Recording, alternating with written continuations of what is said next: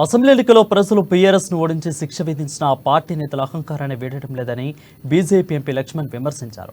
నేతృత్వాన్ని పాటించే వాళ్ళు నీడను కూడా నమ్మరని అన్నారు. ఇక కేసీఆర్ కూడా ఎవరిని నమ్మలేదని, అందుకే రాజకీయ మీడియా ప్రముఖులపై ఫోన్ ట్యాపింగ్ చేయించారని లక్ష్మణ్ మండిపడ్డారు. తెలంగాణ సంపదను దోచుకున్న వారికి శిక్ష పడాలని ప్రజలు కోరుకుంటున్నారని ఎంపీ లక్ష్మణ్ చెప్పారు. వ్యవహారంలో కూడా ప్రభుత్వము లక్షల సంఖ్యలో విపక్షాలై, వ్యాపారులై లేదా సమాజంలో ప్రముఖులై, రియల్ ఎస్టేట్ బాధ్యులై, వ్యాపారులు అందరూ కూడా ఫోన్ ట్యాపింగ్ జరిగింది అనేటువంటిది. ఒకవైపు పోలీసులేమో ప్రభుత్వం చెప్పితే చేశామని, కేటీఆర్ గారేమో వారు మాట్లాడుతూ జరిగితే జరిగి ఉండొచ్చు, ఒకరిద్దరి లంగాలే లుచ్చాలే జరిగిండొచ్చు అని వారు మాట్లాడుతూ, అంటే కేటీఆర్ గారు ఒప్పుకుంటా ఉన్నారు అంటే ఫోన్ ట్యాపింగ్ జరిగి ఉండవచ్చు అని. అది ఒకరిదా ఇద్దరిదా వేలదా ఆ విషయం పక్కన పెడితే అదేదో పోలీసుల పని మాత్రమే వారు చెప్తున్నారు. పోలీసులేమో